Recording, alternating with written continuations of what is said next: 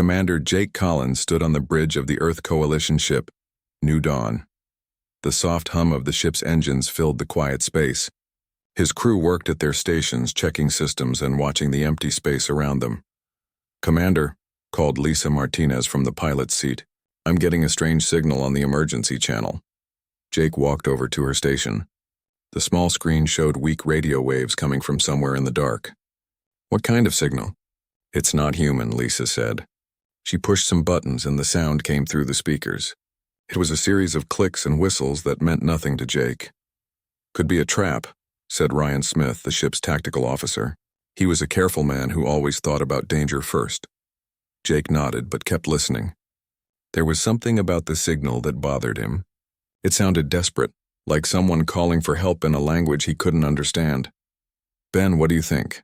Jake asked the ship's engineer, Ben Carter. Ben looked up from his workstation. "The signal is weak and getting weaker. Whatever is sending it won't last much longer." Jake made his choice. "Lisa, set course for that signal. But keep our weapons ready, Ryan." The New Dawn turned and moved toward the source of the strange calls. As they got closer, their screens showed a damaged ship floating in space. It was unlike any human ship Jake had ever seen. The hull was dark purple with silver lines running along its sides. Parts of it were torn open and Jake could see that no air was leaking out. That meant the inside was already empty of atmosphere. "Life signs?" Jake asked. Dr. Amy Watson, the ship's medical officer, checked her instruments. "One, very weak. Whatever is in there is dying." "The ship design matches our files on the Volari," Ryan said, reading from his computer. "They're a warrior race from the outer systems. Our reports say they're proud and dangerous." Jake knew about the Volari. They were tall, strong aliens who lived by strict rules about honor and fighting. Most humans had never met one, but the stories said they were fierce in battle and never backed down from a fight. "Commander," Lisa said, "I'm getting a new transmission. This one is in basic trade language." The voice that came through the speakers was female and weak. She spoke in the simple language that different alien races used to talk to each other. "Human ship. I see you there. I am Kira Velnath of the Volari Defense Fleet. My ship is dead. My crew is dead. I have no power, no air, no hope." Jake felt something twist in his stomach. The voice sounded so tired, so empty of hope. "Can she hear us?" "Yes, sir," Lisa said. Jake picked up the communication device. "This is Commander Jake Collins of the Earth Coalition ship New Dawn. We see your ship. Do you need help?" There was a long pause. Then the voice came back, stronger now. "Help? You are human?" "Yes, can we bring you aboard our ship?" Another pause, longer this time. "Why would you help me?" "I am Volari. We have never been friends with humans." Jake thought about that. It was true that humans and Volari had never been enemies, but they had never been close either. They lived in different parts of space and had different ways of life. But that didn't matter now. "Because you need help," Jake said simply. The alien woman laughed, but it was not a happy sound. "Human kindness. I have heard stories, but I thought they were lies." "Very well. I will prepare for rescue, but I warn you, I have nothing to give you in return. My ship carries no treasure, no weapons you can use, no information you need." "We don't need anything," Jake replied. "Just be ready." Ben Carter worked quickly to prepare the docking tube that would connect their ship to the damaged alien vessel. Dr. Watson got her medical equipment ready. Lisa kept the New Dawn steady next to the Volari ship. "Docking tube connected," Ben reported. "But Commander, the other ship has no atmosphere. Whoever goes over there will need a spacesuit." Jake put on his suit and walked through the connecting tube. The inside of the alien ship was dark and cold. His flashlight showed walls covered with strange writing and controls he didn't understand. Bodies of Volari warriors floated in the empty space, their faces peaceful but their bodies torn by battle wounds. He found her in what looked like the command room. She was tall, maybe 7 feet, with blue-gray skin and silver hair. Her uniform was damaged and she had cuts on her arms and face, but her eyes were bright and alert as she watched him approach. "I am Kira Velnath," she said through the radio in her helmet. "I was the navigator of this ship. I'm Jake Collins. Are you hurt badly?" She looked down at her wounds. "I will live if I can reach medical help soon. But Commander Collins, I must tell you what happened here. My ship was carrying information about Volari colony locations. We were attacked by Zephyrian ships." Jake knew that name. The Zephyrians were bad news, a race that conquered other worlds and turned the people into slaves. My crew fought hard, Kira continued. They died so that I could destroy the data before the Zephyrians could take it.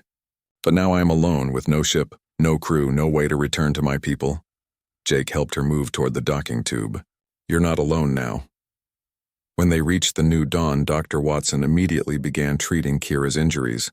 The alien woman sat quietly as the human doctor worked, but Jake could see her studying everything around her. Commander Collins, Kira said finally, I must speak with you privately. Jake led her to a small meeting room. Kira looked uncomfortable as she sat down. She was too tall for the human-sized chair. I have a proposal for you, she said. I know human laws and customs are different from ours, but I hope you will understand. I have nothing to offer you for saving my life. I cannot pay you with money or goods. But according to Valari law, I can offer you something else. Jake waited for her to continue. I offer myself as your personal servant, Kira said. I will belong to you completely.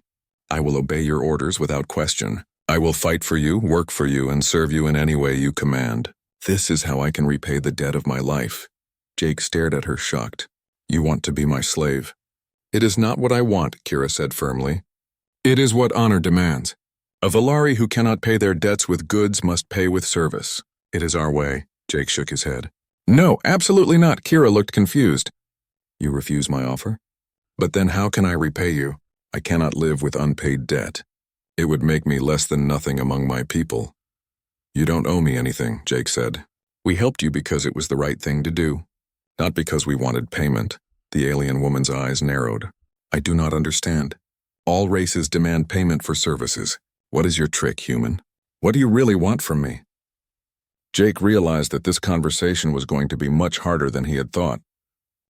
Jake looked at Kira across the small table. Her blue-gray face showed confusion and worry. She kept shifting in the chair that was too small for her tall frame. There is no trick, Jake said slowly. We helped you because you needed help. That's all. Kira's silver hair fell across her face as she shook her head. Impossible. Every race in the galaxy demands payment for aid. The Altarians want technology. The Corvin want territory. The Zephyrians want slaves. What do humans want? Jake thought about how to explain it. We want you to be safe. We want you to be free. We want you to go back to your people. Free? Kira said the word like it tasted strange. But if I am free, I owe you nothing. That makes no sense. How do you gain power if you ask for nothing in return? We don't want power over you, Jake said. We want to help you get back your own power. Kira stood up suddenly, her hand moving to where her weapon would be if she had one. You mock me, human. You think because my ship is destroyed and my crew is dead that I am stupid? No, Jake said, staying calm. I think you're smart and brave. Your crew died fighting to protect their people. That takes courage. The alien woman stopped moving. She stared at Jake for a long moment. You know what happened to them? You told me. They died so you could destroy the information the Zephyrians wanted. Kira sat down again, slowly. Yes. Captain Veltok ordered me to erase all data about our colony worlds. The Zephyrians were boarding our ship. My friends died buying me time to complete the task. That makes you a hero, not a debtor, Jake said. Hero? Kira laughed, but there was pain in the sound. I am the one who lived while others died. In Valari culture, that makes me either very lucky or very cursed. Jake leaned forward. In human culture, that makes you someone who was trusted with an important job. Your captain chose you to save your people. That's not luck or a curse. That's responsibility. Before Kira could answer, the door opened. Dr. Watson came in with a medical pad in her hands. Sorry to interrupt, the doctor said, but I need to check on my patient.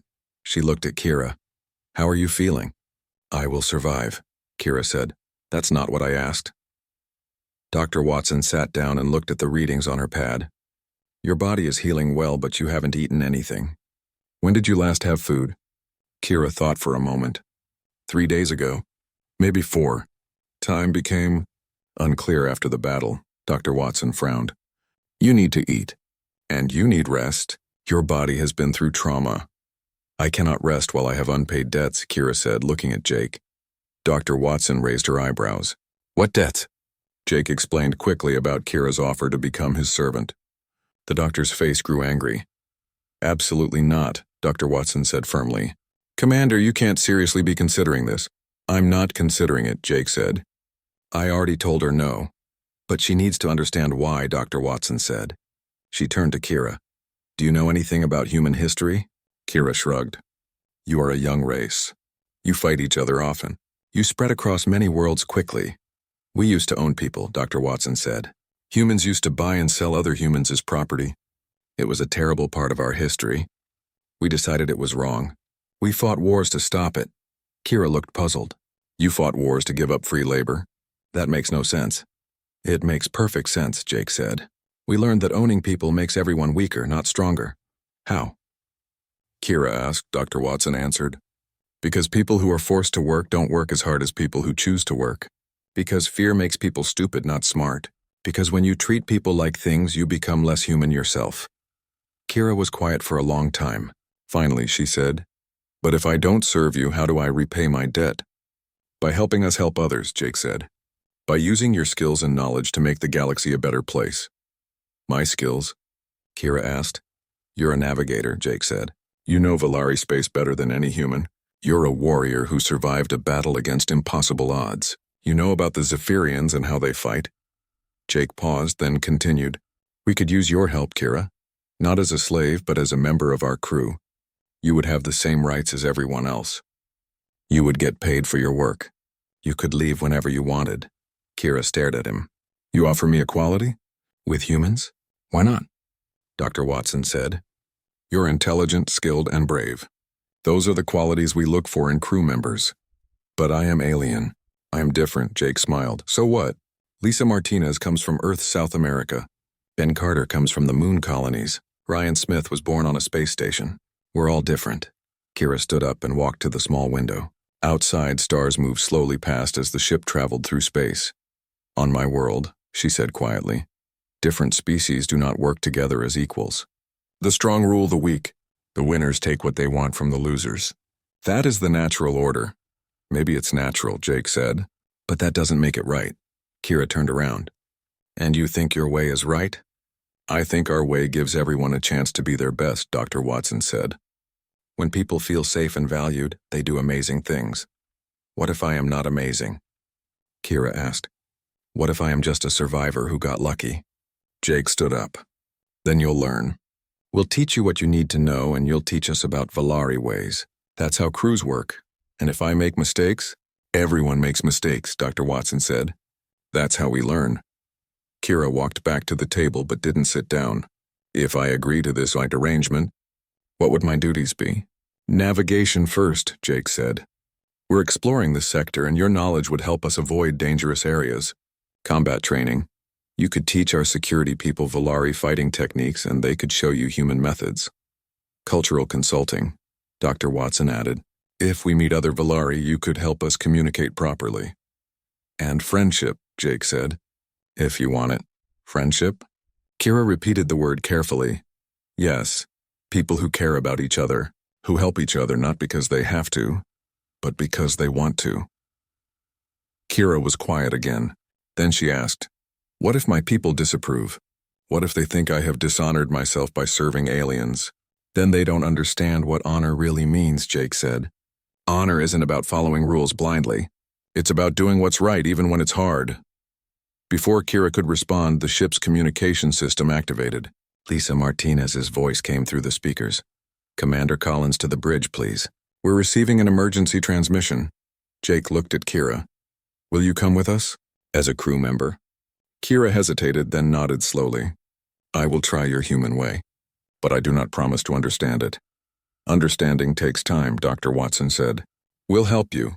They walked to the bridge together. Lisa Martinez looked worried as she turned from her station. Commander, we're getting a distress call from a Valari colony world. The message is being broadcast on all frequencies. Jake looked at Kira. Can you translate it? Kira listened to the alien words coming through the speakers. Her face went pale. It's from Veltar, she said, her voice barely a whisper. My homeworld? They're saying the Zephyrians have found them. The bridge fell silent except for the distant alien voices coming through the speakers. Kira stood frozen, listening to words that Jake couldn't understand but could hear the fear in. What exactly are they saying? Jake asked gently. Kira's hands were shaking as she translated. Zephyrian war fleet detected at system edge. 12 heavy cruisers approaching Veltar. Orbital defense stations destroyed. Ground forces preparing for final defense. This may be our last transmission. The message ended. Static filled the bridge. How far is Veltar from here? Jake asked. Kira turned to look at him. Hope and desperation fighting in her eyes. 2 days at maximum speed. But Commander, you cannot be thinking of going there. 12 Zephyrian cruisers. Your ship would be destroyed in minutes. How many people live on Veltar? Dr. Watson asked. 3 million, Kira whispered, including my brother Jacketh. He commands the planetary defense forces. Jake walked to the navigation console where Tony Rodriguez was working. Tony, plot a course for the Veltar system. Best possible speed. Commander, Ryan Smith spoke up from his tactical station. I have to agree with Kira. 1 coalition cruiser against 12 Zephyrian ships? It's suicide. Maybe, Jake said. But we can't just let 3 million people die without trying to help. Kira stared at him. You would risk your ship and crew for people you have never met? For aliens? They're not aliens to you, Jake said. They're your family. That makes them our concern too. I don't understand, Kira said. This makes no military sense. No economic sense. Why would you do this? Lisa Martinez turned from her pilot station. Because it's the right thing to do. That's enough reason for humans. Ben Carter looked up from his engineering console. Commander, I can push the engines harder. We could get there in 36 hours instead of 2 days. But we'll be running on empty when we arrive. Do it, Jake said. Dr. Watson walked over to Kira. You said your brother commands the defense forces. Would he trust information coming from you? Yes, Kira said slowly. If he knew it was really me sending it. But what information could help? The Zephyrians have overwhelming force. Jake smiled grimly. They have overwhelming force for a normal battle. But humans don't always fight normal battles. Over the next day, Jake worked with his crew to develop a plan. Kira watched in amazement as humans threw out every rule of space combat she had ever learned. The Zephyrians will expect the Volari to fight honorably, Jake explained as the crew gathered in the main meeting room. Ship-to-ship combat, formation fighting, warriors facing each other directly. That is how civilized races fight, Kira said. Well, humans aren't always civilized, Ryan Smith said with a grin. Sometimes we're sneaky. Jake brought up a display showing the Veltar system. Kira, tell me about the planetary defenses. Kira pointed to several locations on the planet. Here, here, and here. 3 major defense platforms with heavy plasma cannons, but you said the message mentioned they were destroyed. Maybe not all of them, Ben Carter said. If even one platform survived, we might be able to use it. Use it how? Kira asked. As bait, Lisa Martinez said. And as a weapon, Jake explained the plan. The New Dawn would approach Veltar pretending to be a damaged Zephyrian ship, requesting permission to join the attack. During the confusion, they would try to get close to the Zephyrian command ship.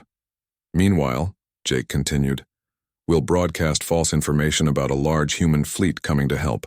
Even if the Zephyrians don't believe it completely, they might split their forces to investigate. And if there really was a surviving defense platform, Ben added, we could coordinate with it to hit the enemy ships while they're distracted? Kira shook her head. The plan has too many variables. Too many things that could go wrong. All good plans do, Dr. Watson said. The question is whether doing nothing is better than trying something desperate. Kira was quiet for a moment. Then she said, there is something you should know. I have been thinking about the attack on my ship. The Zephyrians were not just looking for colony locations. They were specifically hunting for me. Everyone turned to look at her. I was part of a special navigation unit, Kira explained. We discovered something the Zephyrians want very badly. Hidden routes through space that avoid their patrol sectors, paths that could be used by resistance forces to move supplies and people without being detected. Do you still know these routes? Jake asked. Yes, the information is here. Kira touched her forehead. I memorized everything before destroying the ship's computers. Ryan Smith leaned forward. That changes things. If you have intelligence that valuable, the Zephyrians will want to capture you alive. Which means they might be less likely to destroy our ship if they think you're on it, Jake said. You want to use me as bait? Kira asked. I want to give us every advantage we can get, Jake replied. But only if you agree. This is your choice. Kira stood up and walked to the window. Outside, the stars streaked past as the ship raced toward her home world. My whole life I was taught that individual honor was the most important thing, she said without turning around. Better to die with honor than live with shame. But watching you humans, you put the lives of others before your own honor. She turned back to face the group. My brother Jacketh used to say that true honor comes not from how you die, but from how you live. I think I am beginning to understand what he meant. So you'll help us? Dr. Watson asked. I will do more than help, Kira said firmly. I will fight beside you as an equal, just as you offered. But I have some conditions. Name them, Jake said. First, you must promise me that if this plan fails, you will escape and not try to rescue me. The information I carry is too valuable to risk. Jake started to object, but Kira held up her hand. Second, if we survive this, I want to stay with your crew, not as a passenger or a rescued alien, but as a real member of your team. Done, Jake said immediately. Third, you must teach me how to fight like a human. This honor-bound combat style of my people is getting us conquered. Maybe it is time to learn new ways. Linda Hayes, the ship's security chief, grinned. I'd be happy to show you some tricks the Valari Military Academy never taught. As the new dawn raced toward Veltar, Kira spent her time learning human combat techniques. She was amazed at how different they were from Valari methods. Your people fight like this is a dance, Linda explained as they practiced in the ship's small training room. Very formal, very predictable. Humans fight to win, not to look good doing it. Kira tried the moves Linda showed her. They felt strange at first, but she began to see their effectiveness.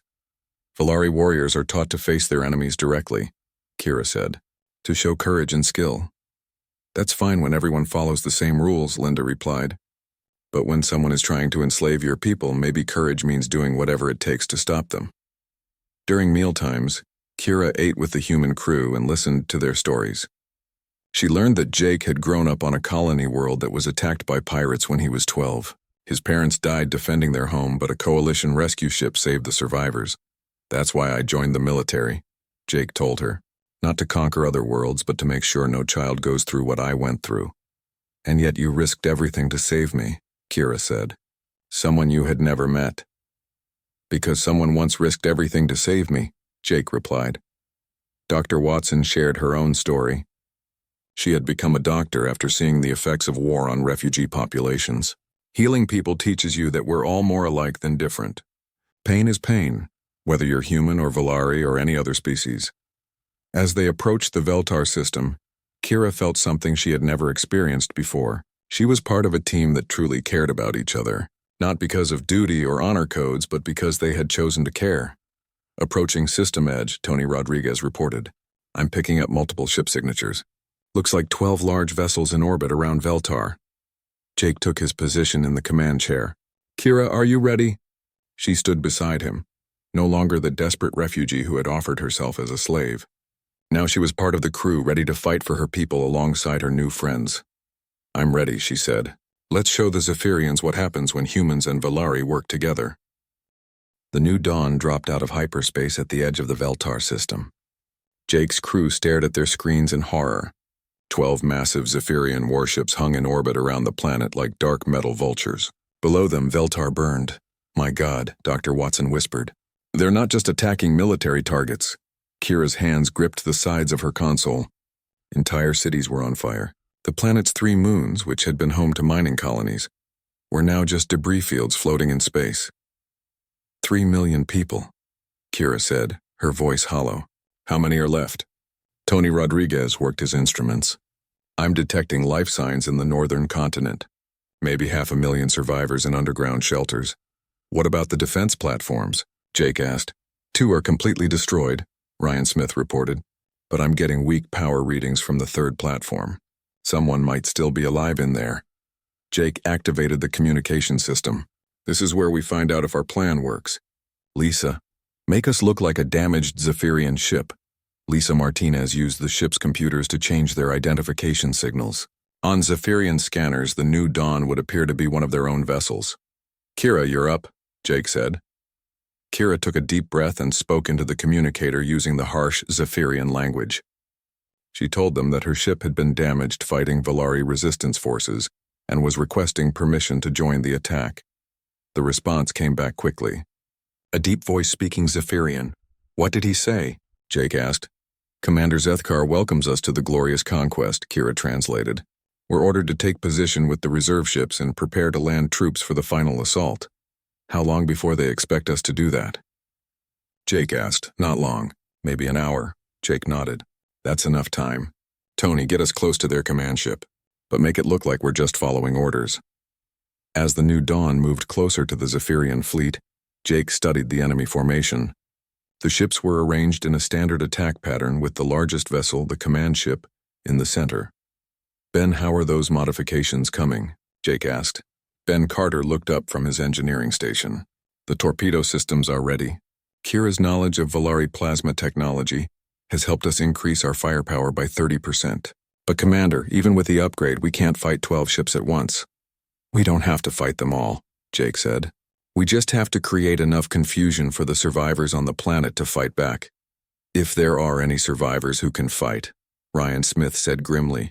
That's when the miracle happened. A weak signal came through on the Volari military frequency. A voice speaking the alien language that Kira had taught the crew to recognize. Kira's eyes went wide. That's impossible. What is it? Jake asked. That voice, Kira said, tears starting to form in her eyes. It's my brother Jacketh. He's alive. The message was short but clear. Jacketh Velnath was broadcasting from the damaged defense platform. He had 60 surviving fighters with him, and they had managed to get one of the heavy plasma cannons working again. Can we contact him directly? Jake asked. Kira worked the communication controls. After a few minutes, her brother's face appeared on the screen. He looked older than Kira remembered, with new scars on his face, but his eyes were still bright with determination. The two Volari spoke rapidly in their own language. Then Kira turned to Jake. He says the Zephyrians are preparing for a final ground assault. They want to capture the remaining population alive for the slave markets. But Jacketh has been watching their ships. He thinks he can target their engines if someone can give him accurate firing data. We can do that, Jake said. But we'll have to get a lot closer. There's more, Kira said. Jacketh says the people in the underground shelters aren't just hiding. They've been organizing. If they get a signal that help has arrived, they're ready to fight. Jake smiled grimly. Then let's give them that signal. The plan went into action. The new dawn continued to pretend to be a damaged Zephyrian ship while moving closer to the command vessel. Meanwhile, Kira secretly transmitted targeting information to her brother on the defense platform. Incoming message from the Zephyrian commander, Lisa reported. A new face appeared on the screen. Commander Zethkar was a large reptilian alien with cold yellow eyes. He spoke in the trade language that most species could understand. Human ship, he said, and Jake's blood went cold. They had been discovered. You think we are fools? Zethkar continued. Your ship's energy signature is wrong. Your approach pattern is wrong. And most importantly, we detected the Volari female aboard your vessel. Kira Velnath, the one who carries the hidden route data we need. Jake stepped forward. This is Commander Jake Collins of the Earth Coalition. We're here to offer you a deal. Zethkar laughed. You are here to die, human. But first you will surrender the Volari female to us. She has information we require. Not going to happen, Jake said firmly. Then you will all die slowly, Zethkar replied. But we will take her from your wreckage anyway. The Zephyrian ships began moving to surround the new dawn. Jake realized they were out of time. Now, he shouted. Several things happened at once. Ben Carter fired the modified torpedoes at the nearest Zephyrian ships. The weapons, enhanced with Volari plasma technology, hit much harder than expected. 2 enemy vessels lost their shields completely. At the same time, Jacketh opened fire from the defense platform. The heavy plasma cannon struck the engines of 3 Zephyrian ships, leaving them drifting helplessly. But the biggest surprise came from the planet itself. All across the northern continent, hidden weapons appeared from underground shelters. The Volari civilians had been preparing for this moment. They fired surface-to-space missiles at the Zephyrian ships closest to the planet. Impossible! Zethkar roared over the communication channel. The population was defeated. They had no weapons. They had something better, Jake replied. They had hope. The battle became chaos.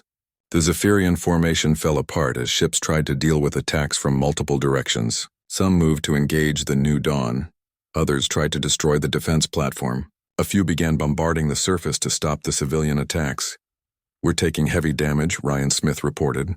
Shields down to 40%. Keep us moving, Jake ordered Lisa. Don't let them get a clear shot. The New Dawn danced between the larger Zephyrian ships, using its smaller size and better maneuverability to avoid the worst of the enemy fire, but Jake knew they couldn't keep this up for long. Commander, Kira said, I'm getting a message from Jacketh.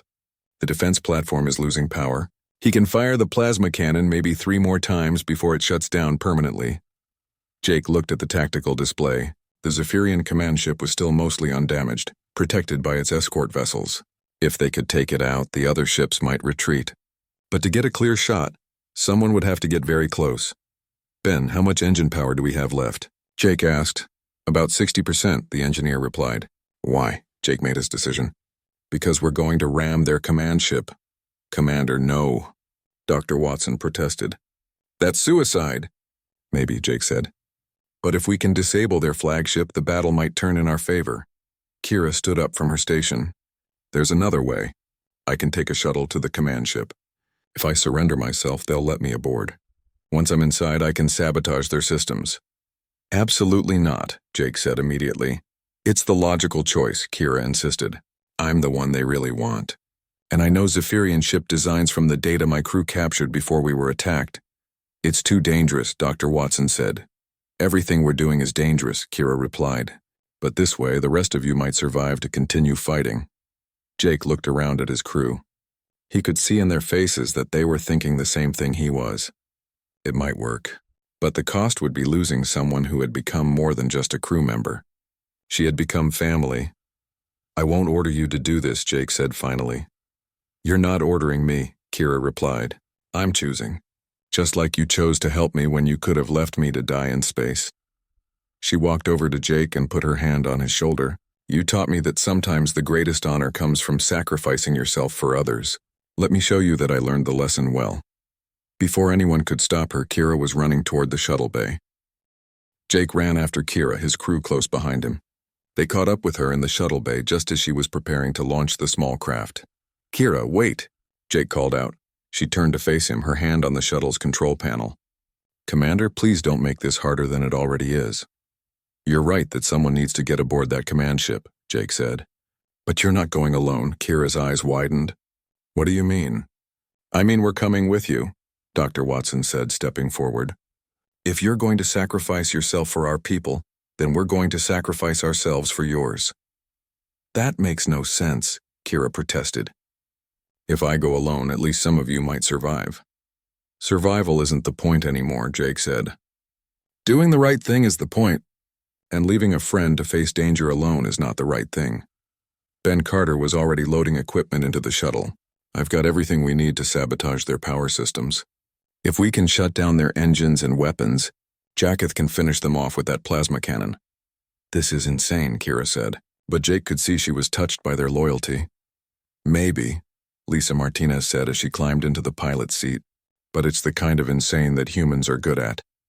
Within minutes, the shuttle launched from the New Dawn toward the Zephyrian command ship. Jake contacted Commander Zethkar directly. We're bringing you Kira Velnath, Jake announced, but I'm coming with her to make sure she's treated properly. Zethkar's reptilian face showed surprise. You would deliver yourself to us as well? How convenient, very well. You may dock with our ship, but any tricks and we will destroy your vessel immediately. The shuttle approached the massive Zephyrian warship. Up close, it was even more intimidating than it had looked on the screens. The hull was covered with weapon ports and armor plating. It looked like a machine built for only one purpose, conquest. Docking successful, Lisa reported. We're aboard. The airlock opened to reveal a squad of Zephyrian soldiers waiting for them. They were tall, muscular reptiles with advanced energy weapons. Their leader gestured for the humans and Kira to follow him. They were escorted through the ship's corridors to the command bridge. Commander Zethkar waited for them there, surrounded by his officers. The bridge was huge, with multiple levels and dozens of control stations. So, Zethkar said, studying Kira with his cold yellow eyes, the famous navigator who cost us so much trouble? You will give us the hidden route data now. I will give you nothing, Kira replied firmly. Zethkar smiled, showing rows of sharp teeth. Oh, but you will. We have ways of extracting information from unwilling subjects. The process is quite painful but very effective. She's under our protection, Jake said, stepping forward. The Zephyrian commander laughed. Your protection? Human, you are prisoners aboard my ship. You have no power here, don't we? Dr. Watson asked quietly.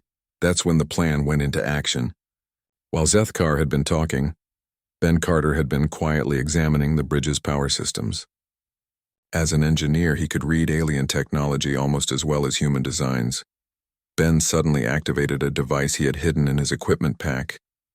It sent out a powerful electromagnetic pulse that shut down several bridge systems at once.